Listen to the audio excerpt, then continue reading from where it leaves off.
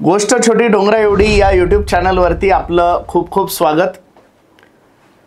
महाराष्ट्रासमोर जो एक अडचणीचा प्रश्न उभा राहिलेला आहे, मराठा आरक्षणाचा प्रश्न, पुन्हा एकदा नव्याने मनोज जरांगे पाटील यांनी मुंबई गाठलेली आहे आणि यावेळी आझाद मैदानावरती पोचून त्यांनी आमरण उपोषण हे आंदोलन आपलं सुरू केलेलं आहे।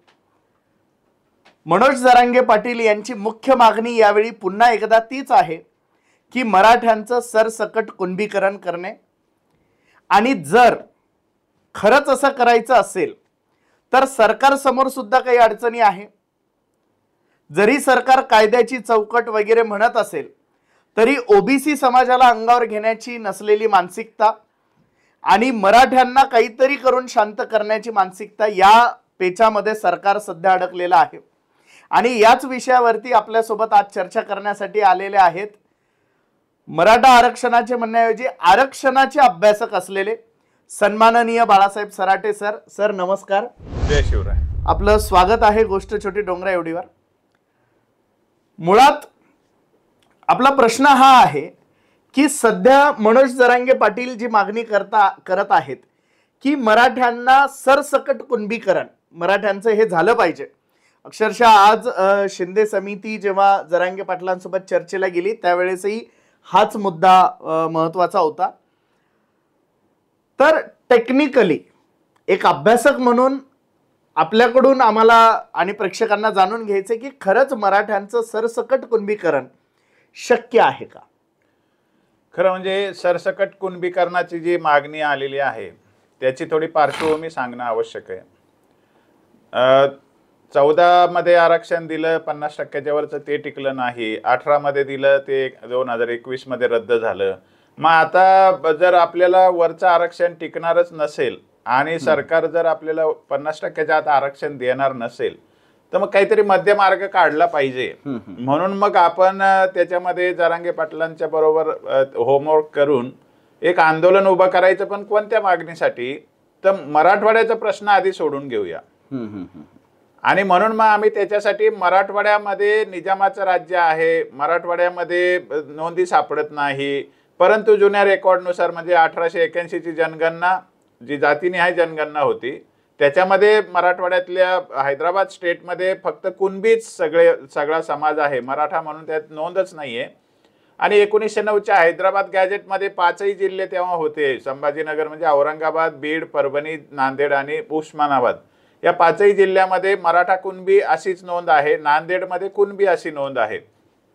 म्हणजे एक समाज आहे मोठा संख्या असलेला आणि त्याला मराठा कुणबी म्हटलेला आहे आणि तो शेतकरी समाज आहे असं त्याच्यामध्ये उल्लेख असल्यामुळे आपण असं म्हणलं की तो धागा पकडून मराठवाड्यातल्या मराठा समाजाला कुणबी म्हणून जर आपण सरसकट घोषित केलं तर ही मागणी मंजूर होऊ शकते।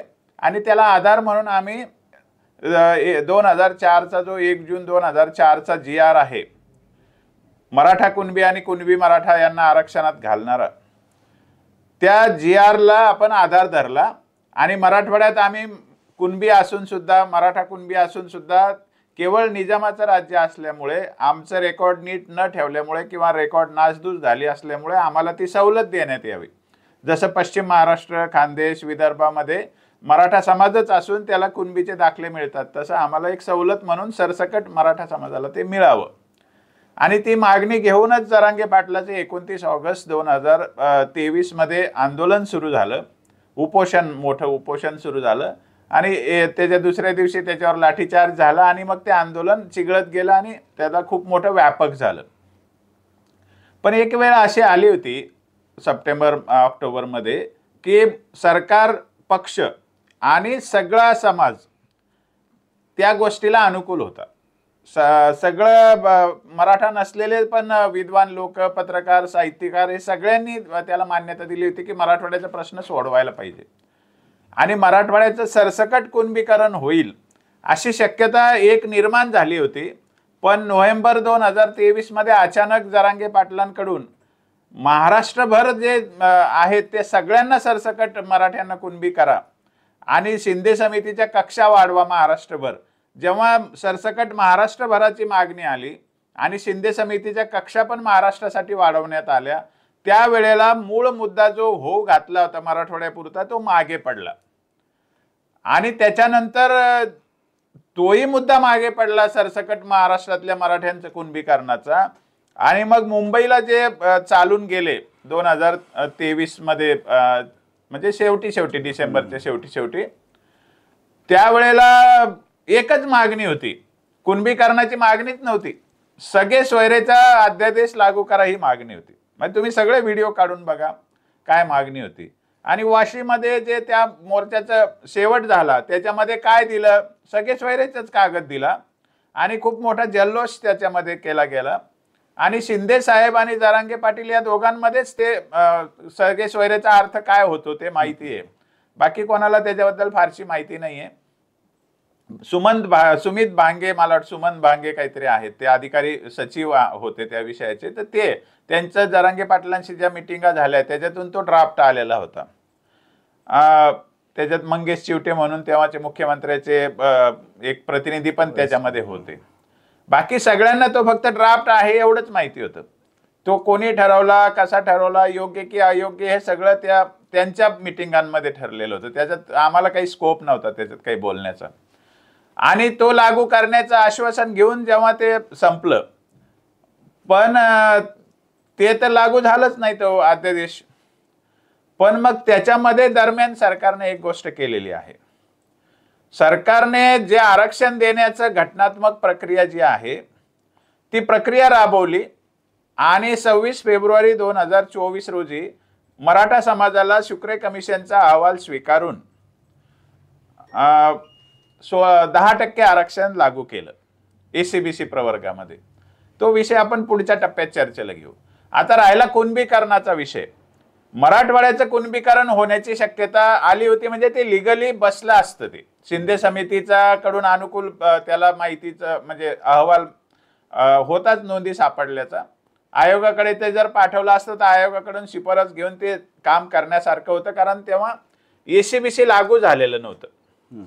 मग आजची पोझिशन काय आहे ही पार्श्वभूमी लक्षात घेता मग आता सगळे सोयरेचा अध्यादेश पण लागू नाही झाला आणि मराठा समाजाचा ओबीसीत समावेश पण नाही झाला. मग आता काय करायचं असं समोर प्रश्न आल्यामुळे आता शेवटी मागण्या, त्या एकाच मागणीच्या अनेक मागण्या तयार झाल्या. मग ते सगळे सोयरेचं पण आहे, मग गॅजेट लागू करण्याची पण मागणी आहे, मराठा समाजाचा ओबीसी समावेश करण्याची पण मागणी आहे आणि मराठा समाजाचं सरसकट कुणबीकरण करण्याची पण मागणी आहे. या सगळ्याचा अर्थ एकच आहे की कुणबी म्हणून मराठा समाजाला घोषित करा आणि त्यांना ओबीसीच्या आरक्षणाचे फायदे द्या, एवढी एकच मागणी आहे. त्याचे नाव दोन-चार आहेत. आता याच्यामध्ये अडचण लक्षात घ्या की असं का करता येतं, याला बॅकग्राऊंड काय, याचा बेस काय. तर आधी ज्या ओबीसी जाती म्हणून ज्यांना आरक्षण देण्यात येतंय त्यामध्ये एखादी तत्सम जात किंवा पोटजात किंवा त्याच्यासारखी जात अशा अर्थाचे काही त्यांनी आयडिया केलेल्या आहेत आरक्षण देताना. तर त्यातली एक 30 ऑगस्ट 1968चं एक पत्र आहे की एकदा जर ओबीसीच्या यादीत एक प्रमुख जात असेल तर तिच्या संबंधित असलेल्या तत्सम जाती किंवा उपजाती किंवा पोटजाती यांना पण त्या आरक्षणाचे लाभ द्यावे. त्याच्या आधाराने लेवा पाटील, लेवा कुणबी आरक्षणात आलेले, त्यांचं कधी GR निघालेलं नाही. माळी जातीच्या तर अशा जवळजवळ 30-40 जाती माळी म्हणून आरक्षण घेतात. आता त्याच्यामध्ये तुम्हाला वाटेल जिरे, हळदे, काचे, उंडे ह्या माळी जातीचे पोट जातीचे आहेत. 84 पासून त्यांना माळी जातीचे दाखले मिळतात. त्यांचा कुठलाही अहवाल वगैरे काही नाही. परंतु आयोगाची निर्मिती झाल्यानंतर 2001च्या आसपास मग माळी जातीमध्ये आणखी दुसऱ्या जाती घातल्या, त्यांना तत्सम जाती म्हणतात. मी हे उदाहरण म्हणून सांगतो, माळीच का तर समोर उदाहरण आहे म्हणून. तर मग माळी जातीमध्ये कोणाला आरक्षण मिळतं, मुस्लिम बागवानाला आरक्षण मिळतं. तर मुस्लिम बागवान काही माळी जातीचं काहीच नाही ना संबंध, पण माळी माळव निर्माण करतात किंवा शेतीचा व्यवसाय करतात किंवा फळबागांचा व्यवसाय करतात असं ग्राह्य धरून मुस्लिम बागवान सुद्धा तोच व्यवसाय करतात असं ग्राह्य धरून त्यांना माळी जातीचे प्रमाणपत्र मिळतात. त्यांना वेगळं काही निकष नाहीये, त्यांच्याकडे जातीची नोंदही असण्याची गरज नाही, त्याने म्हणायचंय फक्त मी बागवान आहे. कारण मुसलमानामध्ये जाती नोंदलेल्या नसतात, त्यामुळे त्यांनी नुसतं म्हणायचंय मी बागवान आहे. आणि त्याला व्हॅलिडिटी द्या म्हणून सरकारने एक स्पष्टीकरण पत्र दिलेलं आहे 1996ला. ते पत्रही माझ्याकडे आहे. आता हे झालं एक बागवानाचं उदाहरण, ज्याला माळीचे दाखले मिळतात. जे तोंड लांबून म्हणतात ना कुणबीन मराठा वेगळा आहे, त्यांच्यासाठी हे उदाहरण आहे. आता वडवानळ नाही, वाडवळ म्हणून नाही, वडवानळ नाही, वाडवळ नावाची जात आहे. पाठारे क्षेत्रीय प्रभू, क्षेत्रीय सोमवंशी, चौकळशी, पाच कळशी अशा जाती आहेत, त्या पण माळी जातीचा दाखले घेतात तत्सम जात म्हणून. मग हे तत्सम जाती म्हणून माळी जातीचे दाखले घेऊ शकतात, तर मग कुणबीचं सगळं साम्य मराठ्यांशी असताना मराठे का कुणबी जातीचे दाखले घेऊ शकत नाही? म्हणजे द्यायचं असलं तर काही नसेल तरी देता येतं, आणि द्यायचं नसलं तर सगळं असून पण देता येत नाही. हे मराठा कुणब्याचं उदाहरण आहे. आणि माळी जातीचा आणि वाडवळ नंतर ते जाती मी सांगितले, चौकळशी, पाचकळशी, क्षेत्रीय पाठारे प्रभू, क्षेत्रीय सोमवंशी, असे बरेच जाती आहेत त्या. म्हणजे पोट जाती नाहीत त्या माळी जातीच्या. बागवानीचा काही संबंध नाही माळी जातीशी, तरी त्यांचे आरक्षण त्यांना, म्हणजे त्या जातीचे प्रमाणपत्र या जातींना मिळतात माळी जातीचे. असं बहुतांश जातींचं आहे. जसं तुम्हाला सांगतो की फ्रॉड कसे असतात, की वाणी जातीचा GR 76ला निघाला, त्याच्यामध्ये काथार वाणी आणि कंठहार वाणी एवढंच आहे. वाणी जात तेवढीच घातलेली, बाकी सगळे वगळलेले. परंतु नंतर मग 89ला एक GR निघाला, त्याच्यामध्ये अजून वाणी दुसरे घातले. GR म्हणजे 2 ओळीचा GR, की ओबीसीत घालतोय म्हणून, त्याच्यामध्ये काही त्याला बॅकग्राऊंड नाही अभ्यासाची. मग नंतर 95ला आणखी वैश्यवाणी पण त्यात घातली. आता वैश्यवाणी एक एवढी प्रगत जात आहे. आता त्याच्यानंतर 2010ला वाणीचं समूळ आरक्षण रद्द झालं, फक्त काथार वाणी आणि कंठार वाणीच ठेवलं कोर्टाने. खानवेलकरांचं जजमेंट आहे हायकोर्टचं, मुंबई हायकोर्टचं. सगळे वाणीच्या सगळ्या पोट जातीचं आरक्षण रद्द झालं, फक्त काथार वाणी कंठार वाणी सोडून. आणि बाकीच्या जातीचं आरक्षण रद्द होताना कोर्टाने सांगितलेलं यांचा अहवाल नाही, यांची प्रक्रिया केलेली नाही, त्यामुळे यांना आरक्षण देता येणार नाही. ह्या काही संबंधित जाती नाही आहेत, परस्पर संबंधित जाती नाही आहेत. 2011ला अर्ज केला वैश्यवाणी जातीच्या लोकांनी. 2011ला अर्ज केल्यानंतर जे आता वारले आपले हरिनरके सर आणि त्यांची मेवणी रेणके यांनी आणि आणखी एक सदस्य होते, यांनी त्या वैश्यवाणीचा एक 10-20 पानाचा अहवाल तयार केला. आणि हे लोक मजुरी करतात म्हणून पानटपरी चालवतात असं त्यांचा अहवाल आहे. तो पण सर्वे वगैरे काही नाही, त्यांना वाटलं तसा अहवाल आहे. त्याच्या आधारावर वैश्यवाणीला ओबीसीत घालावं असं म्हणून त्यांनी अहवाल दिला. 2014 मध्ये वैश्यवाणी एकच जातीचा अहवाल होता तो. मग तेवढीच फक्त आरक्षणात यायला पाहिजे. तर वैश्यवाणीला आरक्षणात घालताना त्याच्यामध्ये मूळ वाणी जातीच्या सगळ्या जाती दिसतात त्या GR मध्ये, त्या आहेत आरक्षणात असं सांगून त्याच्यात वैश्यवाणी घातली असं सांगितलेलं. हे म्हणजे वाणी जातीचं सगळं आरक्षण रद्द झालं ना, पुन्हा ते जिवंत कधी झालं? वाणीच्या सगळ्या पोट जाती आता आरक्षणात आहे. लिंगायत वाणी सुद्धा 2014ला घातली का, तर मूळ वाणी पोट आरक्षणात आहे म्हणून. मूळ वाणी आरक्षणातच नव्हती तर कधी घालायचं मग त्यांना? नेवे वाणी वगैरे सगळे, लाडवाणी सगळे रद्द झालेले होते, तरी सुद्धा त्यांना आरक्षण मिळतं. जसं मी सांगितलं की लेवा पाटील, लेवा कुणबी, लेवा पाटीदार यांना कधीच आरक्षणाचं GR निघालेलं नाही, तरी त्यांना कुणबीच्या पोट जाती म्हणून आरक्षण मिळतं. मग मराठा समाजाने कुणबीमध्ये काहीच साम्य नाही का? मग मराठ्यांना जर कुणबी जातीचा फायदा मिळाला तर गैर काय त्याच्यात? आणि त्याचा 1 जून 2004चा GR पण आहे जिवंत चालू असलेला. म्हणून मराठवाड्यापुरतं आपण ही सवलत करून घ्यायचं ठरवलं होतं. आता काय झालेलं आहे की सरसकट महाराष्ट्राचं कुणबीकरण म्हणून आपण जेव्हा मागणी करतो, यात टेक्निकल प्रक्रिया काय आहे, जसं आज न्यायमूर्ती शिंदे साहेबांनी सांगितलं की याला ट्रिपल टेस्ट वगैरे म्हणतात ते.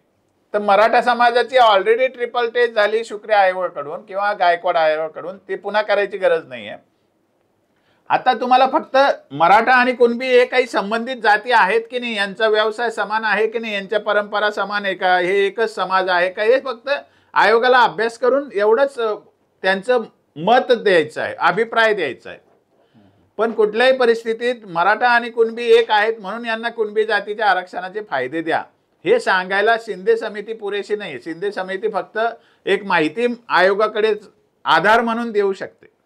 आम्हाला इतक्या इतक्या जातीच्या नोंदी सापडल्या कुणबी जातीच्या आणि हे मराठा समाजाचाच घटक आहे, त्यामुळे मराठा आणि कुणबी याच्यामध्ये साम्य दिसते. जसं बापट आयोगाने सांगितलं होतं की मराठा आणि कुणबी एकच आहे, तसं या आयोगाला जर शिंदे समितीने रिपोर्ट दिला तर आयोग त्याच्यावरून काही त्यांचा अभिप्राय बनवू शकतं, ओपिनियन बनवू शकतं आणि अहवाल देऊ शकतं शासनाला की हे दोन्ही समाज तत्वतः इतिहासातून सामाजिकदृष्ट्या व्यावसायिकदृष्ट्या एकच आहेत आणि हे यांचे अंतर्गत रोटीबेटी व्यवहार आहेत, पूर्वापार परंपरेने मान्यता प्राप्त.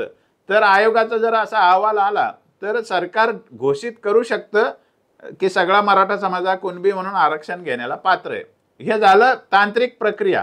हे करायचं असेल ते सरकार करू शकतं, कारण आधी असे लाभ दिलेले आहेत. आता प्रश्न असा आहे की याच्यामध्ये अडचणी काय काय आहेत. ह्याचा खूप महत्वाचा मुद्दा आहे, याच्याकडे आपल्याला मराठ्यांना लक्ष द्यावं लागेल. की पहिली अडचण ही आहे की आपण सगळेचे सगळे मराठा लोक कुणबी झालो समजा, तर आता उद्या जातीनिहाय जनगणना येऊ घातलेली आहे. त्या जनगणनेमध्ये आपल्याला मराठा म्हणून नोंद करता येणार नाही कोणालाच. म्हणजे मराठा जात नामशेष झाली असं त्या जनगणनेमध्ये दिसून येईल तुम्हाला. मग मराठा समाजाचं याच्यावरती सार्वमत घ्यावं लागेल की आपल्या सगळ्यांना मराठा जात नामशेष करायची आहे का. कारण आता रेकॉर्डवर येणार ते 26-27 आपली जनगणना होणार आहे, जातीनिहाय जनगणना. बरे त्याचं रिपोर्ट कधी का येईना, पण जनगणना तर हो घातलेली आहे. एकदा सरसकट सगळे कुणबी झाले म्हटल्यावर सरकार काय म्हणेल, मराठा म्हणून कोणी राहिलंच नाही आता, किंवा मराठा म्हणून नोंदवायचं कसं, सरसकट सगळे झाले 100% म्हणल्यावर हा प्रश्न पण येईल ना. मग तुम्ही म्हणाला आम्ही आरक्षण कुणबी म्हणून घेऊ आणि मराठा म्हणून नोंद करू, असं म्हणल्यावर कसं शक्य होईल. कारण आपणच सरेंडर करतोय ना आम्ही कुणबी आहोत म्हणून. म्हणजे मराठा जात त्या जातनिहाय जनगणनेमध्ये नामशेष झालेली दिसेल तर ती मराठ्यांना चालणार आहे का. मला काही प्रॉब्लेम नाही, समाजाचा जो निर्णय असेल तो आपण मान्य करू, पण याच्यावर सार्वमत घेतलं पाहिजे ही मागणी करताना. कारण सरसकट सगळ्यांचं करायचं आहे ना. मराठवाड्याचं मी सांगू शकतो अभ्यासात आणती किंवा माहिती म्हणून, किंवा आपल्याला जे मराठा समाज माहिती आहे मराठवाड्यातला त्यांचा कोणाचाही विरोध नाही सरसकट कुणबी व्हायला. इथे काहीच विरोध नाही, आपण मान्य केलेलं आहे. हो द्या सगळ्यांचं, काय व्हायचं ते, आम्ही कुणबी आहोत, काही नाही प्रॉब्लेम, असं आपण मराठवाड्यात ते मान्य केलं, त्याला कोणाचा विरोध नाहीये. पण कोकणातून मुख्य विरोध येऊ शकतो. कारण मला कपिल पाटील माजी आमदार आहेत, त्यांचा एकदा फोन आलेला. ते म्हणले सराटे सर कसं हो शक्य आहे आम्हाला कोकणामध्ये मराठा कुणबी एक म्हणणं. शक्यच नाही म्हणले, कारण कुणबी हा समाज इकडे अस्पृश्यांसारखं जीवन जगतो. कारण ते खोतांकडे असलेले कामगार म्हणून काम करायचे, शेतीत कसायचे ते शेती. आणि इकडे मराठा समाज हा खरंच उच्च आहे कुणबीच्या तुलनेमध्ये. इथे मराठा कुणब्यांचं काही नातं नाही कोकणामध्ये. दोन्हीच्या समाजाची सामाजिक परिस्थिती, आर्थिक परिस्थिती प्रचंड भिन्नता आहे.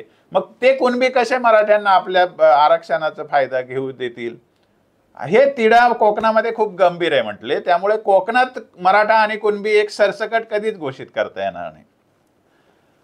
दुसरी गोष्ट, पश्चिम महाराष्ट्रातही काय आहेत ना घराणे, ते म्हणतात ना आम्हाला नाही कुणबी घोषित करायचं. ह्या नुसतं आरक्षण घेण्याचा प्रश्न नाही, सामाजिक जात बदलण्याचा प्रश्न आहे हा. तुम्हाला विचारपूर्वक याच्यावर निर्णय घ्यावा लागेल. मराठवाड्यापुरतं झालं असतं तर सपातून गेलं असतं, कारण महाराष्ट्रात आहेत मराठा, मग आम्ही पण त्याच्यामध्ये घुसलो असतो. पण तसं इथे नाही होणार ना आता. तर म्हणजे आपल्याला आता मी असं एक वाक्य परवा बोललो होतो की एका जरी मराठा कुटुंबाने विरोध केला की सरसकट कुणबी घोषित करू नका कारण आम्हाला नाही व्हायचं कुणबी, तर सरकारला नाही ना करता येणार तसं. म्हणून महाराष्ट्र स्तरावर कुणबी करा सरसकट या मागणीला तत्वतः जरी आधार असला, माळी समाजाचं वगैरे, बागवान वगैरे, काही अनेक उदाहरणं मी देऊ शकेन, तरी सुद्धा मराठा समाजाच्या मध्ये असं करता येणं सरसकट महाराष्ट्रभर हे मराठा समाजाला सहन होणार नाहीये.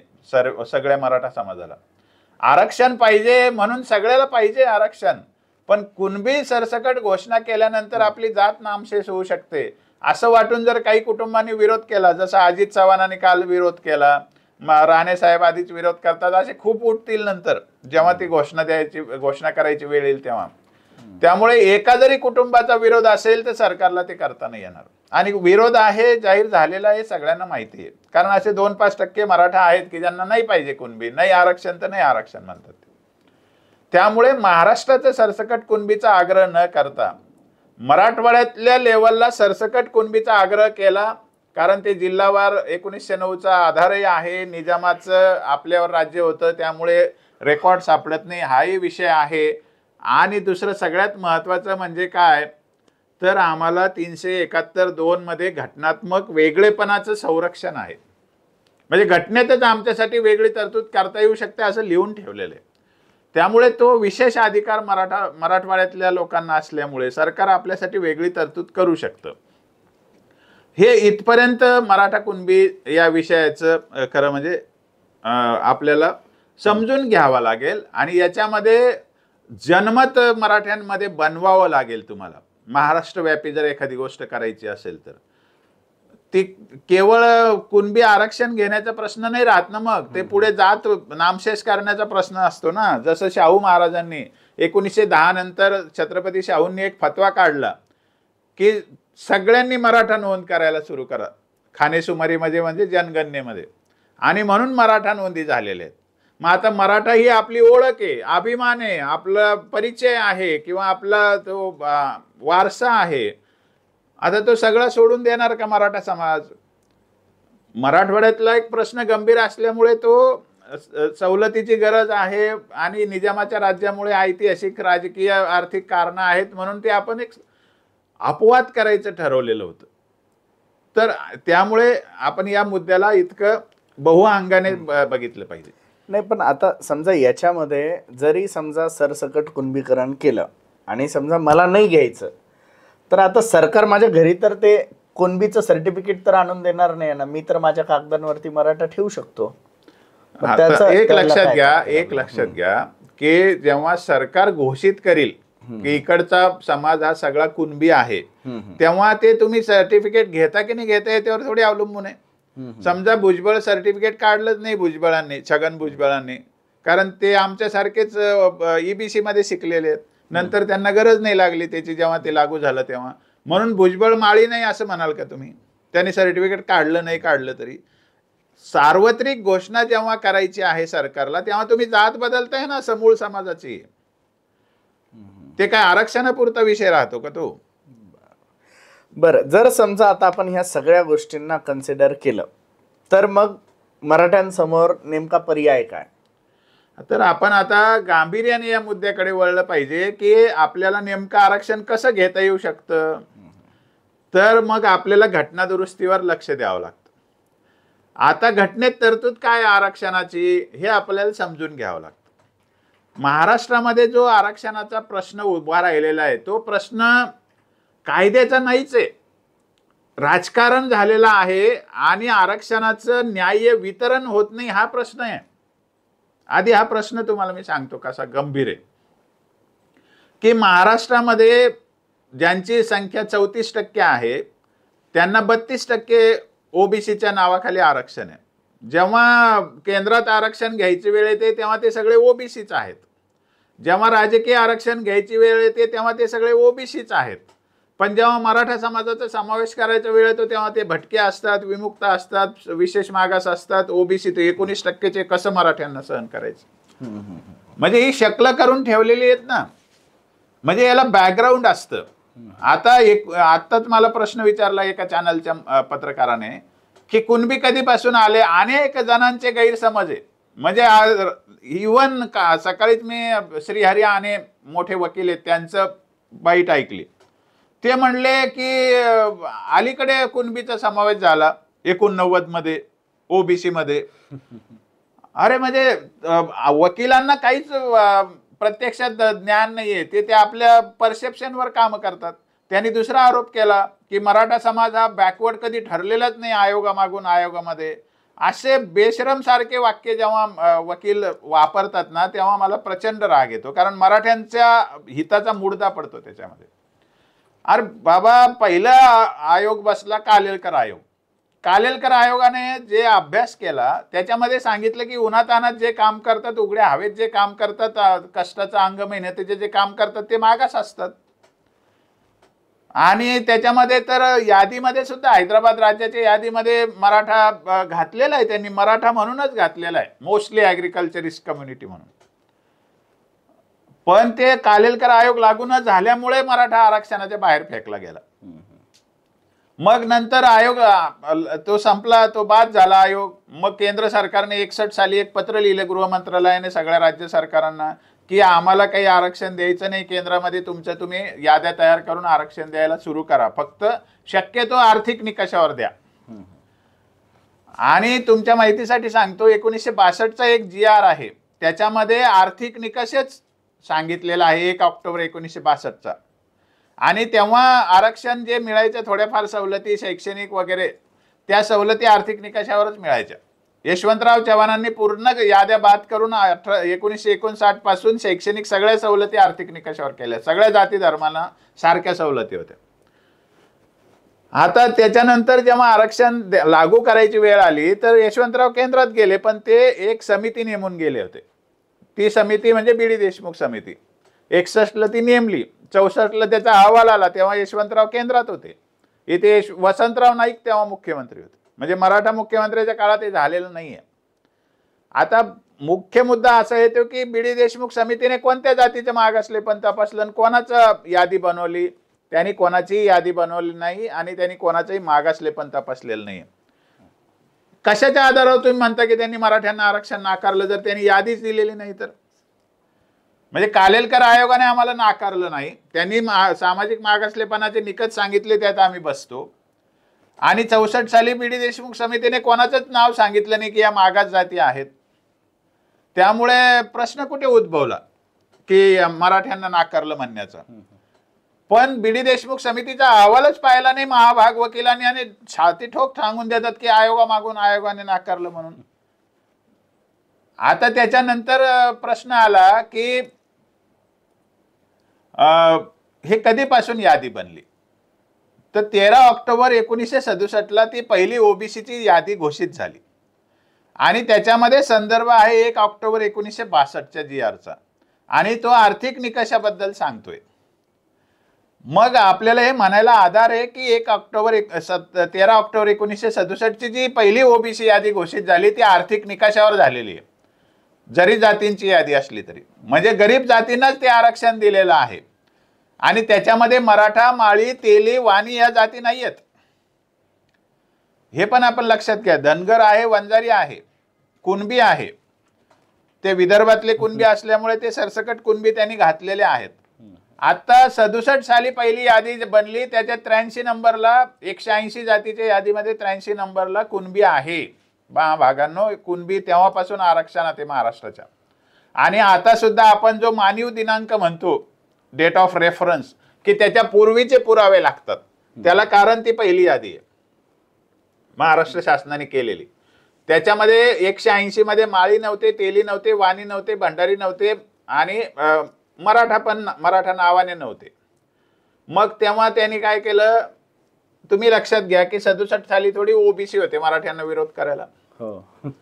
मग मराठ्यांना वगळलं कोणी, माळ्यांना वगळलं कोणी, या प्रगत जातींना वगळलं कोणी, तर तेव्हा प्रस्थापित लोक प्रशासनात जे होते त्यांनी वगळलं. कारण मराठा समाजाचे आमदार जास्ती निवडून येणार ना पुढच्या काळात, कारण आपल्याला मतदान लोकसंख्या जास्ती होती ना. पण मी सांगतो की 1950 पासून ते 1974 पर्यंत 5 प्रमुख मराठा नेत्याची नावं सांगा बरं. यशवंतराव चव्हाण सोडले तर कोणाचं नाव पण सांगता येत नाही. मंत्रिमंडळात कोण होते तेही माहिती नाही आपल्याला. आणि मग कसं मराठ्यांचं राज्य आहे म्हणता तुम्ही, आणि मराठा प्रस्थापित आहे असं कसं म्हणता? पण भविष्य ओळखून त्यावेळेच्या प्रस्थापित प्रशासनातल्या लोकांनी मराठ्यांना वगळलेलं. तेव्हा काही माळी नव्हते वगळायला आणि तेली नव्हते वगळायला, पण नंतर माळी तेली कोणीतरी त्यांच्याबद्दल बोललं असेल म्हणून त्यांना पुढच्या वर्षी पुन्हा त्या यादीत समाविष्ट केलं एका ओळीच्या GRने. मग पुढे एक ओळीच्या GRने सगळ्यांना ते शेपूट वाढत गेलं. पण मग आता पुढे संधी केव्हा होती, तर मंडल आयोग लागू झाल्यानंतर. मंडल आयोगाने काही स्वतः अभ्यास केलेला नाही, त्याने राज्यांकडूनच याद्या घेतलेल्या आहेत. तर महाराष्ट्राची यादी केव्हा दिली गेली? ते 1979 साली दिली गेली. 78 ते 80 इथे राज्य कोणाचं होतं? तर माननीय शरद पवार साहेबांचं होतं, ते मुख्यमंत्री होते. मराठा समाजाचा यादीत समावेश न करण्यासाठी कोण कारण आहे? त्यावेळची समिती आणि त्यावेळचं सरकार कारण आहे. आणि काहीही अभ्यास न करता मराठा समाज हा शेतकरी आहे, सरंजामी आहे, क्षेत्रीय आहे, काय काय दूषणं दिली आणि त्यांना ते मागासलेल्या यादीत घातलं नाही. आणि तिथं खरी मेक आहे, तिथे खरी खोट आहे. मराठ्यांचं ओबीसीत जाण्याची संधी जी होती, पहिल्या यादीत प्रशासनातल्या लोकांनी जसं काडी केली तशी मंडल आयोगाच्या वेळेला पण काडी केली. त्याच्यानंतर आणखी अडचण कुठे आली की 1994च्या 23 मार्चला मंडल आयोग लागू करायचा या नावाखाली, जो कधीच लागू झालेलाच नाही. केंद्रात पण मंडल आयोग लागू झालेला नाही. इंदिरा साहनीने राज्यांना मंडल आयोग लागू करायला सांगितलेला नाहीये. आणि 52% ओबीसीची संख्या केंद्रीय पातळीवर, ज्याच्यात 2.21 मराठा समाजाची संख्या आहे. महाराष्ट्रात ओबीसीची संख्या पण माहिती नाहीये, तपासलेली नाहीये. आणि 23 मार्च 1994ला जे इंदिरा साहनीने 50%ची मर्यादा सांगून टाकली, ती पूर्ण मर्यादेपर्यंत आरक्षण ओबीसीचं वाढून टाकलं महावाग शरदचंद्र पवार साहेबांनी. आणि ते वाढवलंच नाही नुसतं, त्या दिवशी त्यांनी शैक्षणिक आरक्षण 50% आणलं. जो यशवंतरावांचा 59चा GR होता, तो GR त्यांनी बाद केला आणि 50% रिझर्वेशन आणलं एज्युकेशनमध्ये. आणि ते जे 32% आरक्षण 94ला आलं, त्याचे शकलं करून टाकले, छोट्या छोट्या गटात वाटून टाकलं. म्हणजे कोणत्याच गटात मराठ्यांना घालता येऊ नये ही तरतूद तेव्हा ओबीसीच्या नेत्यांनी शरद पवारांना हाताशी धरून केलेली आहे. आता तुम्ही सांगा की ओबीसीत मराठ्यांना आरक्षण दिलं पाहिजे, ही मागणी मराठ्यांची जी आहे ती केवळ त्या 23 मार्च 1994च्या शकलं केलेल्या आणि 50% व्यापलेल्या आरक्षणामुळे पूर्ण होत नाही. आणि पुन्हा सगळे आता ते प्रबळ झाले, कारण शरद पवारांनी आणखी एक गोष्ट केली की त्यांना राजकीय आरक्षण पण दिलं 94लाच.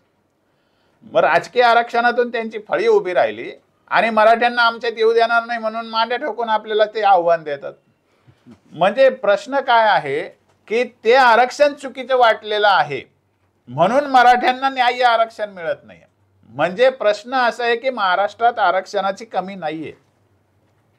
उदाहरण मी तुम्हाला सांगतो की आता EWS 10% आरक्षण आहे आणि ओबीसीच्या नावाखाली 32% आरक्षण आहे.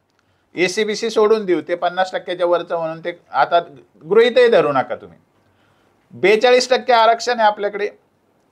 आता SC ST ची लोकसंख्या किती आहे? तर राज्यामध्ये 20% आरक्षण आहे त्यांना, ते 20-21% लोकसंख्या आहे त्यांची. तर आपण 80% लोकांना 42% आरक्षण असं म्हणू शकतो. 20% तर SC ST वगळू शकतो किमान आपण, ती 21% आहे समजा, पण 20% वगळू शकतो. पहिला मुद्दा. मग 80% लोकांना 42% आरक्षण पहिल्यांदा, पण त्याच्यामध्ये परप्रांतीय 1-2% आहेत की ज्यांना आरक्षणात येताच येत नाही, ते जनगणनेमध्ये येतात. म्हणजे 2% ते धरू शकतो आणि 5% क्रिमिलियर, म्हणजे 7% वगळले 80 मधले तर 73% लोक राहतात. 73%ला 42% आरक्षण कमी कुठे आहे घटनात्मक चौकटीमध्ये? बरोबर. आणि हे तर याला काही मोजणीची गरज नाही ना, हे सरसकट SC ST ची तर जनगणना होतेच ना दर 10 वर्षाला. ते तर लिगली आकडा माहिती आहे आपल्याला. 5% आपण धरू शकतो क्रिमिलियर, 8 लाखाच्या वरच्या उत्पन्नवाले, आणि 2% परप्रांतीय पण धरू शकतो. म्हणजे 73% लोकांना 42% आरक्षण हे मोर दॅन सफिशियंट आहे. मग आतून सांगतो मी तुम्हाला की आता हे सगळे एका समकक्ष नाही आहेत ना. मग याच्या समकक्ष नाहीये म्हणजे जे लोक आहेत आपल्याला उदाहरणं देतात भोप्याचे, डोंबाऱ्याचे किंवा भटक्यांचे. माझं म्हणणं त्यांना आरक्षणाची गरज आहे. SC ST पेक्षा चांगलं आरक्षण द्या त्यांना. त्यांची संख्या काढा, धोबी असेल, न्हावी असेल किंवा तत्सम खूपच माग असलेले हजारात लोकसंख्या असलेले डोंबारी, गारुडी, घिसाडी, कैकाडी सगळ्यांना घ्या आणि त्यांची लोकसंख्या काढा. किती भरते? 5% भरल ते महाराष्ट्रामध्ये सगळं मिळून. त्यांना 5%च्या ऐवजी 7% आरक्षण द्या. माझं काहीच म्हणणं नाही. त्यांना सगळ्या SC STच्या सवलती द्या, कारण त्यांना गरज आहे. त्या धनदांडग्यात होता या ओबीसीने त्यांना मिळू दिलेलं नाही. आता गुजर नावाची जात आहे गिरीश महाजनांची, किंवा तेली नावाची जात आहे बावनकुळेंची, किंवा माळी भुजबळांची, ह्या जाती काय त्या भटक्यांना मिळू देणार आहे का? तर त्यांना आता खरी आरक्षणाची गरज आहे. मग त्यांना 7% आरक्षण द्या, लोकसंख्या 5% असली तरी, म्हणजे 35% आरक्षण शिल्लक राहतं. मग ज्यांची परिस्थिती बरी आहे अशा सगळ्या जाती, माळी, कुणबी, तेली, वाणी, मराठा आणि ब्राह्मण, मुसलमान, सगळ्यांना 35% रिझर्वेशन हे सगळ्यांना इकॉनॉमिकल बॅकवर्ड क्लासमध्ये सोडून द्या आणि सगळ्यांना कॉम्पिटिशन करू द्या. 35% मध्ये सगळ्या जाती समाधानी होतील. कुठलं आरक्षण वाढवायची गरज नाही, घटनात्मक चौकट मोडायची गरज नाही, काहीही करायची गरज नाही. सगळ्यांना समाधान वाटेल, फक्त जातीवाद संपेल राज्यातला, याची चिंता राजकारण्यांना आहे. जातीवाद संपायचे याच्यापेक्षा चांगलं अजून काय हत्यार असू शकतं? आणि 35% एवढ्या जागा सगळ्यांना उपलब्ध असतात की सहज कॉम्पिटिशन करू शकतात. सगळ्यांना उत्साहाने तिथे मोठा क्वांटम मिळू शकतो आणि कोणाचं कोणाशी दुश्मनी राहायचं काही कारण नाही. हा, ज्यांना भीती आहे की आमच्या राजकीय आरक्षणाचं काय होईल, तर राजकीय आरक्षणाची घटनात्मक तरतूद वेगळी आहे, त्यांची स्वतंत्र यादी करा ट्रिपल टेस्टनुसार. त्याच्यात मराठ्यांना आरक्षण द्यायचा कुठे प्रश्न येतो? ती वेगळीच तरतूद आहे, त्याची वेगळी यादी करा. ती यादी याच्याशी जोडू नका ना. म्हणजे इथे जातीनिहाय जनगणनेची गरज नाही. इथे तुम्हाला सहजपणे फक्त आयडेंटिफाय कोणाला करायचं आहे, तर जे खूपच डिप्रेस्ड बॅकवर्ड राहिलेले आहेत, म्हणजे कोर भटके, मसनजोगी, कुडमुडे ज्योतिषी असतील, गारुडी, घिसाडी, कैकडी, असे जे सगळे लोक आहेत, आणि न्हावी असतील, धोबी असतील, जे अजून मागास आहेत, ज्यांना काही सोर्सेस नाही, असे कोणीही घ्या तुम्ही. त्यांना निकष काय लावायचे त्याला, त्यांचे 2 गट केले तरी माझं काही म्हणणं नाही. त्यांना 7% रिझर्वेशन द्या, कमी संख्या असेल तरी. पण उरलेल्यांना याच्यामध्ये किती एन्जॉयबल रिझर्वेशन राहतं, काहीच प्रॉब्लेम नाही आहे. निकष फक्त तुम्ही आर्थिक, सोशिओ इकॉनॉमिक, व्यावसायिक असे निकष लावा ना. बरं, निकषही लावायची गरज नाही, सगळेच कव्हर होतात त्याच्यामध्ये. फक्त तुम्हाला ज्यांना वेगळं आरक्षण द्यायचं आहे, अति मागास लोकांना, त्यांनाच निकष लावायचे, त्यांचंच करायचं. बाकी आपण तर कॉमन राहणार. आपल्याला तर निकषासाठी पण भांडण नाहीये, आयोगासाठी पण खर्च नाहीये. इतकं सोपं रॅशनलायझेशन करता येतं कोणतंही वेगळं आरक्षण न देतं. पण राजकीय हे का केलं जात नाही, तर हे स्टेट फेल्युअर आहे. बरं, हे करण्याचा मार्ग नाहीये का? तर इंदिरा साहनीमध्ये मार्ग आहे. इंदिरा साहनीने कशाला, इंदिरा साहनीने जसा आदेश दिला 9 जजेसच्या बेंचने, तसाच त्यांनी कायद्यामध्ये तरतूद आहे. 11 मध्ये, 9 मध्ये राज्य मागासवर्ग आयोगाच्या कायद्यातच तरतूद आहे की आयोगाने वारंवार मागासले पण तपासावं, 10 वर्षातून किमान एकदा तरी ओबीसी जातीचं पुनर्विलोकन व्हावं, प्रगत जातीनं बाहेर काढावं, हे सगळं त्याच्यातच आहे. आणि आता आर्थिक निकष मान्य झाल्यामुळे प्रगत जातींना एका आर्थिक निकषाच्या गटात आणण्यात कोणती पण अडचण नाहीये. कुठलंही रिझर्वेशन वाढवून ओपन क्लासला धोका द्यायची पण गरज नाही, SC STचं नुकसान करायची पण गरज नाही. इतकं सोपं रॅशनलायझेशन होऊ शकतं रिझर्वेशनचं. हे कोण करत नाही. याला मराठ्यांचा विरोध आहे का? याला ओबीसींचा पण विरोध असण्याचं कारण नाही, कारण त्यांचं राजकीय आरक्षण जर प्रोटेक्ट होत असेल, त्यांना काय प्रॉब्लेम आहे स्वीकारण्यामध्ये? सगळ्यांना त्याच्यामध्ये कॉम्पिटिशन करायला मिळते ना. आता कोणी इतकं मागं नाही की आम्हाला अजिबातच ब्राह्मणांशी स्पर्धा करता येत नाही. आता सगळेच बऱ्यापैकी एका याच्यावर आलेले आहेत. आता मुस्लिम आणि ब्राह्मणांची स्पर्धा EWS मध्ये, याच्यावरून बघा, ते जर मुस्लिम त्यांच्याशी स्पर्धा करू शकतात, तर मग माळी का नाही करू शकत? तर सांगायचं तात्पर्य काय आहे की हे कोण करत नाही, हे सरकार करत नाही. कायद्यात बसत असून सुद्धा, प्रश्न सुटत असून सुद्धा, कोणत्याही जातीचं आयडेंटिफिकेशन न घेता केवळ कल्याणाचा मार्ग उपलब्ध असून सुद्धा हे स्टेटचे लोक करत नाहीत. त्यांना जात पाहिजे, त्यांना भांडणं लावायला पाहिजे आणि एकमेकाला भांडत ठेवून त्यांचे व्यापार करायला पाहिजे, त्यांना डल्ले मारायला. मग हा जो सरकारांचा दोष आहे तो मराठ्यांवर का लादताय तुम्ही? मराठे असं करतात, मराठे. अरे, मराठ्यांना न्याय द्यायचं काम तुमचं आहे. इतकी वर्ष त्यांना बाजूला ठेवलं. तुम्हाला सांगतो की 19 मध्ये जो जून 19 निर्णय आला रणजित मोरे साहेब आणि भारती डांगरे मॅडमचा, मराठा आरक्षण टिकलं होतं तेव्हा हायकोर्टमध्ये. त्यांचं जे जजमेंट आहे ते सगळ्यांनी बारकाईने वाचलं पाहिजे. त्यांनी असं म्हटलेलं आहे, एक सबंध टेबल त्यांनी दिलेलं आहे, सगळ्या आयोगाचं त्यांनी छाननी केलेली आहे, अनालिसिस केलेलं आहे मागच्या. आणि कारण नसताना या मराठा समाजाला आरक्षण 70 वर्ष म्हणजे 60 वर्ष नाकारले, 6 डेकेड्स. हीच एक विशेष मागास परिस्थिती आहे. विशेष अपवादात्मक परिस्थिती तुम्ही विचारता ना मराठ्यांची काय आहे, तर त्यांनी हे सांगितलं की हीच विशेष अपवादात्मक परिस्थिती मराठ्यांच्या बाबतीत की 6 दशकं कुठलंही कारण नसताना, कुठलाही न देता कुठलाही अभ्यास न करता मराठ्यांना जाणीवपूर्वक आरक्षणातून बाहेर ठेवलं. हीच एक अपवादात्मक परिस्थिती असं त्या जजमेंटमध्ये लिहिलेलं आहे. आणि त्यामुळे माझं म्हणणं, हा दोष सगळा सरकारांचा आहे, राजकीय जमातीचा आहे, कोणत्याही समाजाचा नाही, जातीचा नाही आहे. त्यामुळे मराठा समाजाला आरक्षण देता येऊ शकत नाही का? महाराष्ट्रातल्या आरक्षणाची समस्या सोडवता येऊ शकत नाही का? सगळं करता येतं, पण राजकारण्यांना त्याला भिडायचं नाही. हा मुद्दा सगळ्यात महत्वाचा आहे. आता आपल्याला तिसरा मुद्दा बघायचा आहे. तो मुद्दा असा आहे की आता मराठा आरक्षणाची स्थिती काय. आता तुम्हाला सांगायचंय मला की नवी घटना दुरुस्ती 2018ला झाली, ती 102वी घटना दुरुस्ती, ज्याच्यानुसार 342 आर्टिकल आलं आणि 366(26)C नावाचं आर्टिकल आलं. पण त्याच्यानुसार राज्यांना अधिकार राहिले नाहीत असं कोर्टाचं मत पडलं, म्हणून मग 105वी घटना दुरुस्ती पुन्हा झाली राज्यांना पुन्हा अधिकार बहाल करण्यासाठी. तर 102वी आणि 105व्या घटना दुरुस्तीने घटनेमध्ये काय आलं हे समजून घ्यावं लागेल मराठा समाजाला. तर हे चांगल्या पद्धतीने समजून घ्यावं लागेल, तरच आपण जगू शकू आरक्षणाच्या दृष्टीने. तर हे आपल्याला लक्षात घ्यावं लागेल की 105व्या घटना दुरुस्तीनंतर आणि 102व्या घटना दुरुस्तीनंतर जेव्हा 342 आर्टिकल आलं, त्याच्यानंतर मराठा आरक्षणाचा निकाल आला 2021ला. तर मराठा आरक्षणाच्या निकालामध्ये अर्धा भाग असा आहे की 50% वरचं आरक्षण टिकू शकत नाही, म्हणून मराठा समाजाचं आरक्षण खारिज करण्यात आलं. हा त्याचा अर्धा निर्णय आहे. अर्धा निर्णय काय सांगतो की 342A नंतर आम्ही तात्पुरत्या स्वरूपात असलेलं आरक्षण कंटिन्यू करू देतो आहोत, पण ज्या दिवशी पहिलं नोटिफिकेशन निघेल या कायद्याच्या अंतर्गत, म्हणजे या तरतुदीच्या अंतर्गत, तेव्हापासून ओबीसीचे आरक्षण बाद होईल. त्यांना पुन्हा पुनर्रचना, पुन्हा आयोगाकडे जाऊन मागासलेपण तपासून पुन्हा 342 खाली यावं लागेल, असा निकाल येतो. याच्याबद्दल कोणीच बोलायला तयार नाही, कोणता वकील बोलायला तयार नाही. बरं, हे काल्पनिक सांगत नाही, गोपाल शंकर नारायणन यांनी हायकोर्ट समोर ही आर्ग्युमेंट केलेली आहे.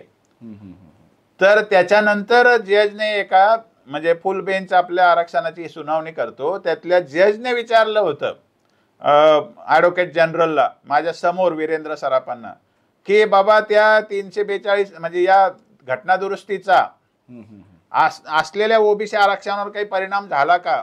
आमच्या समोर ते चाहटळ बोललेला आहे माणूस. तो म्हणला नाही सर, कुठलाच परिणाम झाला नाही.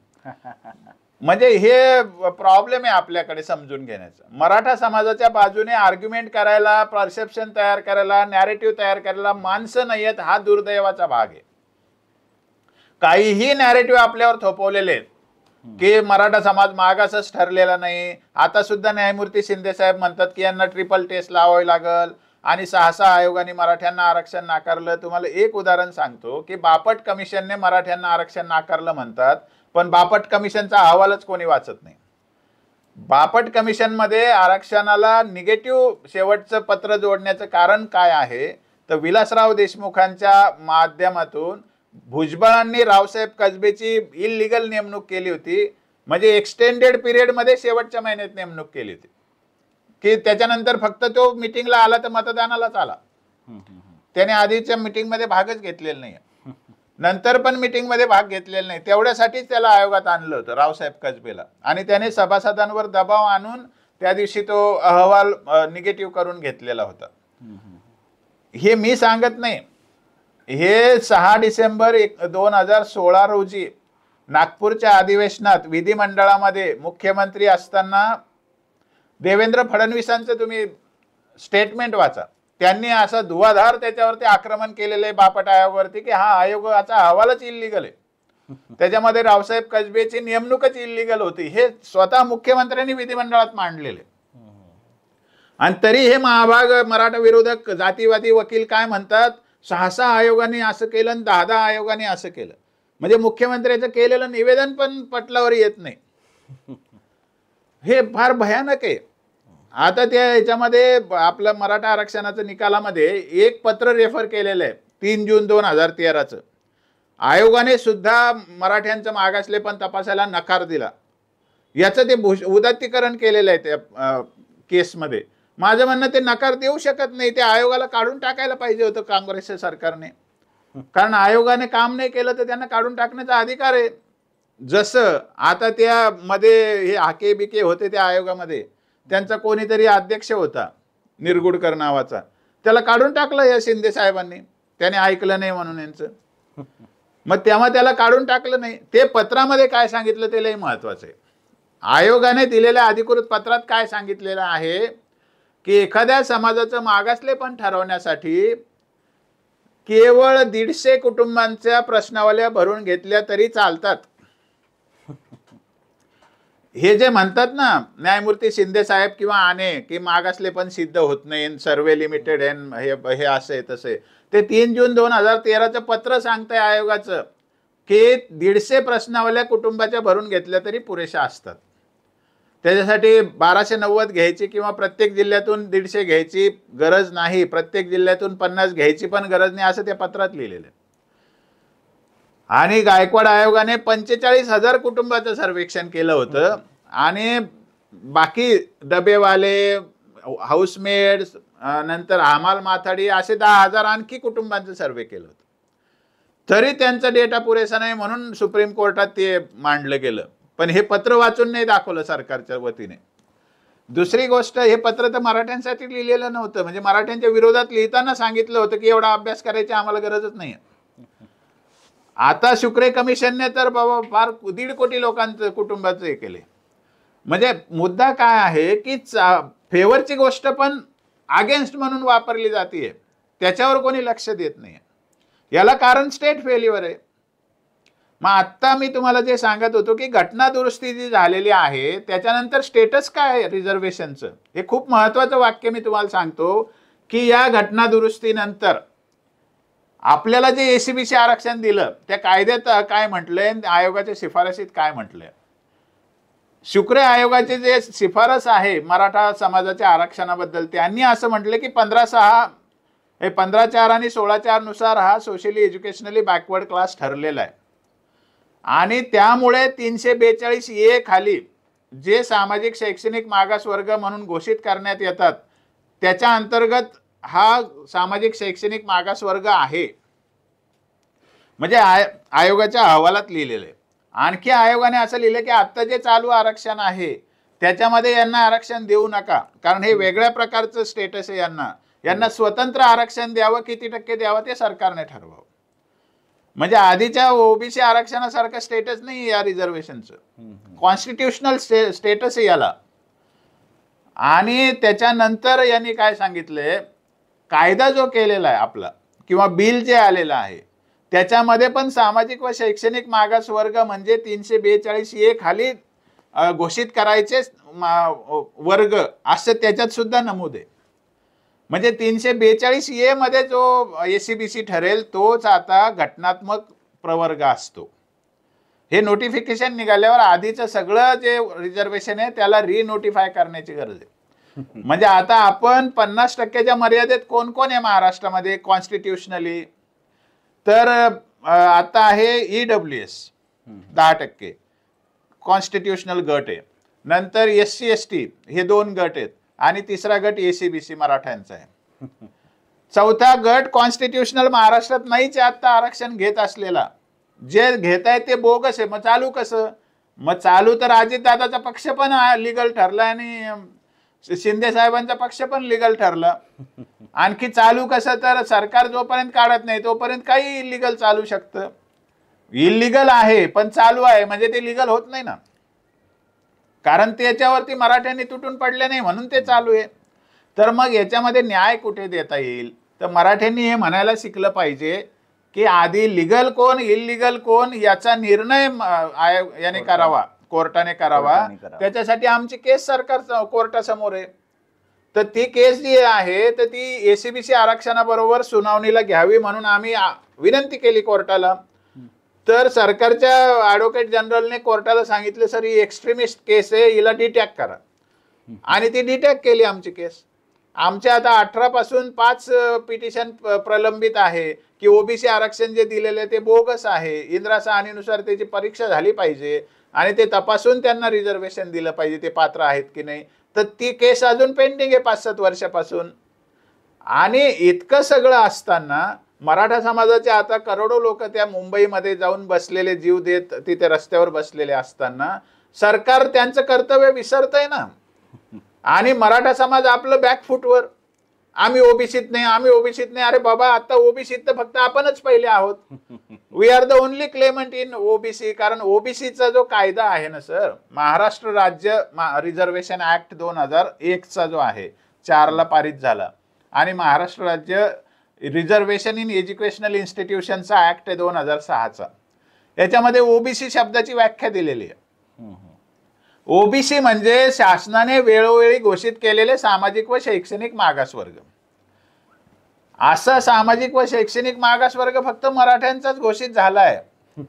आतापर्यंत जेवढ्या जाती ओबीसी म्हणून आरक्षण घेतात त्यांचे GR कसे आहेत की उद्यापासून या जातीचा ओबीसीच्या यादीत समावेश करण्यात येत आहे, असं त्यांचा अहवाल आहे, असे त्यांचे GR आहे.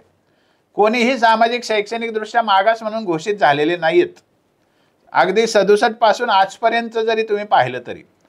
मग आता त्या कायद्याच्या व्याख्येनुसारही ते एसीबीसी ठरत नाही, 342A नुसारही ते एसीबीसी ठरत नाही. या दोन्ही नियमामध्ये फक्त मराठा समाजाचा एसीबीसी वर्ग एसीबीसी ठरतो. तो 342A मध्ये एसीबीसी म्हणून आल्यामुळे तो घटनेमध्ये जी एसीबीसीची व्याख्या आहे 366-26C मध्ये, त्याच्यानुसार तोच एसीबीसी आहे फक्त. मग आता इतकं कॉन्स्टिट्युशनली आपण साऊंड पोझिशन मध्ये आहोत, आपण कशासाठी भीक मागायची की आम्हाला ओबीसीत घाला? ओबीसी तर प्रवर्गच आता घटनेत राहिलेला नाहीये. म्हणून आपण लिगल आहोत हे कोर्टासमोर, जनतेसमोर आपल्याला नॅरेटिव्ह तोडण्याचं काम केलं पाहिजे. आणि हे लिगल आहे, ओबीसी इल्लीगल आहे, करा चर्चा, आणा पुरावे समोर, घटनात्मक तरतूद तपासा की काय सांगते घटनात्मक तरतूद, त्याच्यानंतर ठरवा की 50%च्या वर कोण आहे. म्हणून मी सांगितलं की महाराष्ट्रामध्ये रिझर्वेशनची समस्या जी आहे ना, ती राजकारण्यांनी निर्माण केलेली समस्या आहे, ती खरी समस्या नाहीच आहे. आणि त्याच्यासाठी मुंबईला कोटी कोटी समाजाला जाऊन बसावं लागलं आणि हा त्रास सहन करावा लागतो. मग याचा जो गुन्हेगार आहे ते कोण आहे? राजकीय जमात त्याचा गुन्हेगार आहे, कोणती जात त्याचा गुन्हेगार नाही, किंवा मराठा समाजाचे लोकही त्याचा गुन्हेगार नाही. तर आपल्याला हे समजून घ्यावं लागेल की जर महाराष्ट्राचा आरक्षणाचा प्रश्न संपवायचा असेल तर कशाला पाहिजे 62% आणि 72% आरक्षण? EWS मिळून आणि ओबीसी मिळून 42%तच भरपूर आरक्षण आहे महाराष्ट्रातल्या लोकांना. फक्त ज्या गरिबांचं, अति मागासलेल्यांचं आरक्षण वेगळं काढा आणि सगळ्यांना इकॉनॉमिकल, व्यावसायिक बॅकवर्डनेस, नंतर रुरल हॅबिटेशन, इकॉनॉमिक बॅकवर्डनेस असे 2-4 समान निकष लावून, आणि कशाला ते निवडायचंच नाही, सगळ्यांनाच मिळणार आहे ते आरक्षण, फक्त आर्थिक तुम्हाला निकष लावायचं आहे. त्याच्यामुळे असा जर ढोबळ 35% आरक्षणात जर हा समाज घातला, संपूर्ण महाराष्ट्राचा उर्वरित समकक्ष असलेला साधारण हा समाज, तर कशाला भांडणं होतील? मराठ्यांना कशाला एवढी एनर्जी लावावी लागेल? आणि फडणवीसांसारखा सक्षम मुख्यमंत्री जे करू शकतो, ज्याला समजतं कायद्यातलं, त्यांच्याकडून ही अपेक्षा करण्यात गैर काही नाही ना. मराठा समाज जर आग्रह धरीत असेल की फडणवीस साहेबांनी आम्हाला आरक्षण द्यावं, तर त्यात वाईट काय आहे? समर्थ माणसाकडे, सक्षम माणसाकडेच हे मागितलं जाऊ शकतं ना. ज्यांना मराठा जात म्हणून वेगळं कन्सिडरेशन समजायची गरज नाही, अशा शरद पवार साहेबांना किंवा काँग्रेसवाल्यांना कशासाठी आम्ही अपेक्षा करणार? अपेक्षा तर ज्यांना समजतं त्यांच्याकडूनच केली जाणार ना. तर हे रॅशनलायझेशन ऑफ रिझर्वेशनची समस्या आहे, न्याय वितरणाची समस्या आहे, आणि समान पातळीवर समाजाला आणून आरक्षणाचे व्यापक लाभ देण्याची समस्या आहे. कोणाचाही नुकसान याच्यामध्ये होत नाही. वंजारी जात आता कंटाळली 2% आरक्षणामध्ये, कारण त्यांना जास्ती स्पर्धा करायची आहे ना, व्यापक स्पर्धेत यायचंय. त्यांना कशासाठी बंदिस्त ठेवता तुम्ही? कोणाचंच नुकसान नाही सर. 35% एकत्र आले तर सगळ्यांचे पोरं सॅटिस्फाय होतील, खुश होतील, सगळ्यांना लाभ मिळेल, तर सगळे एका गटात येतील. जसं आपण 94 पूर्वी एका गटात होतो, म्हणून आम्हाला कधी जातीचा गंध लागला नव्हता. ही म्हणजे आम्ही खरंच अभिमानाने सांगतो की आमच्या शाळेमध्ये कधी आम्हाला जातीचा कधीच प्रश्नच आला नाही. सगळ्यांचे डबे आम्ही भाकरी एकत्रच खायचो. तर ते का व्हायचं? कारण आम्हाला हितसंबंध नव्हते ना. सगळ्यांना सारखं होतं. आणि काय प्रॉब्लेम आहे, सगळ्यांना त्या उपलब्ध जागेत फाईट करायची आहे, सगळे एकत्रच राहतील ना मग. अर्थात एकूणच सरकार चा जो दोष आहे तो मराठ्यांवरती लादला जातोय आणि मराठ्यांनी सरसकट कुणबीकरण व्हायचं असेल तर कोकण असेल, पश्चिम महाराष्ट्र असेल, इथे वाद उभे राहू शकतात आणि मराठा जातच नामशेष होऊ शकते. या सगळ्या जे काही जनगणना पुढे येणार आहे जातनिहाय जनगणनेमध्ये, त्याच्यामुळे तो एक महत्त्वाचा मुद्दा याच्यामध्ये असणार आहे. आणि पुढची गोष्ट म्हणजे हे जे आरक्षण सध्या मराठ्यांना दिलेलं आहे हे एकमेव आरक्षण सध्या घटनात्मक आहे आणि ओबीसी म्हणून जे आरक्षण चालू आहे तेच घटनाबाह्य आहे. अशा प्रकारचं जे काही आपल्याला घटना दुरुस्ती ज्या काही झाल्या त्यातून सध्या तरी असं निदर्शनास येत आहे. एकूणच हा आरक्षणाचा जो पेच आहे हा खरं तर कोर्टाने योग्य वेळेमध्ये सोडवणं जास्त महत्त्वाचं आहे. जर असं झालं तर दोन समाज एकमेकांसमोर उभे राहणार नाही, सरकार आणि आंदोलक यांचा संघर्ष होणार नाही आणि कोर्टाकडून मात्र समाजाला न्याय भूमिकेची अपेक्षा आहे आणि कोर्टाने दिलेली न्याय भूमिका ही सगळ्या जनमानसामध्ये, सगळ्या समाजांमध्ये ही मान्य केल्या जाते आणि त्यांच्यावरती तेवढा विश्वास आजही भारतीय न्यायव्यवस्थेवरती आजही तेवढा विश्वास आपल्याला आहे. त्यामुळे येणाऱ्या काळामध्ये कोर्टाचं जे काही आहे म्हणजे न्यायालयाचं जे काही रोल याच्यामध्ये आहे तो अत्यंत महत्त्वाचा असणार आहे. आणि जसं सराटे सरांनी सांगितलं की बऱ्याच अशा पिटिशन्स आहेत की ज्या अजूनही प्रलंबित आहे 5-5, 7-7 वर्षांपासून. तर न्यायालयामध्ये जर या सगळ्या गोष्टी फास्ट ट्रॅकवरती जर चालल्या आणि हे सगळे प्रश्न जर योग्य न्यायदानाच्या माध्यमातून जर सोडवल्या तर सरकार आणि समाज हा संघर्षही उभा राहणार नाही. सरकारला आज भीती आहे मराठ्यांची बाजू घेतली तर ओबीसी दुरावतील, ओबीसींची बाजू घेतली तर मराठे दुरावतील, परंतु न्यायालयाला काही मतदान घेऊन सत्तेत बसायचं नाहीये. त्यामुळे त्यांची भूमिका ही सरळ आणि योग्य असू शकते. येणाऱ्या काळामध्ये काय काय होत राहतं ते आम्ही आपल्यापर्यंत पोहोचवूच. परंतु हा व्हिडिओ जर तुम्हाला माहितीपूर्ण, अभ्यासपूर्ण जर वाटला असेल तर या व्हिडिओला जास्तीत जास्त शेअर नक्की करा, या व्हिडिओला लाईक नक्की करा आणि अजूनही जर आपण आमचं चॅनल जर सबस्क्राईब केलं नसेल तर या चॅनलला नक्की सबस्क्राईब करा. धन्यवाद. जय शिवराय.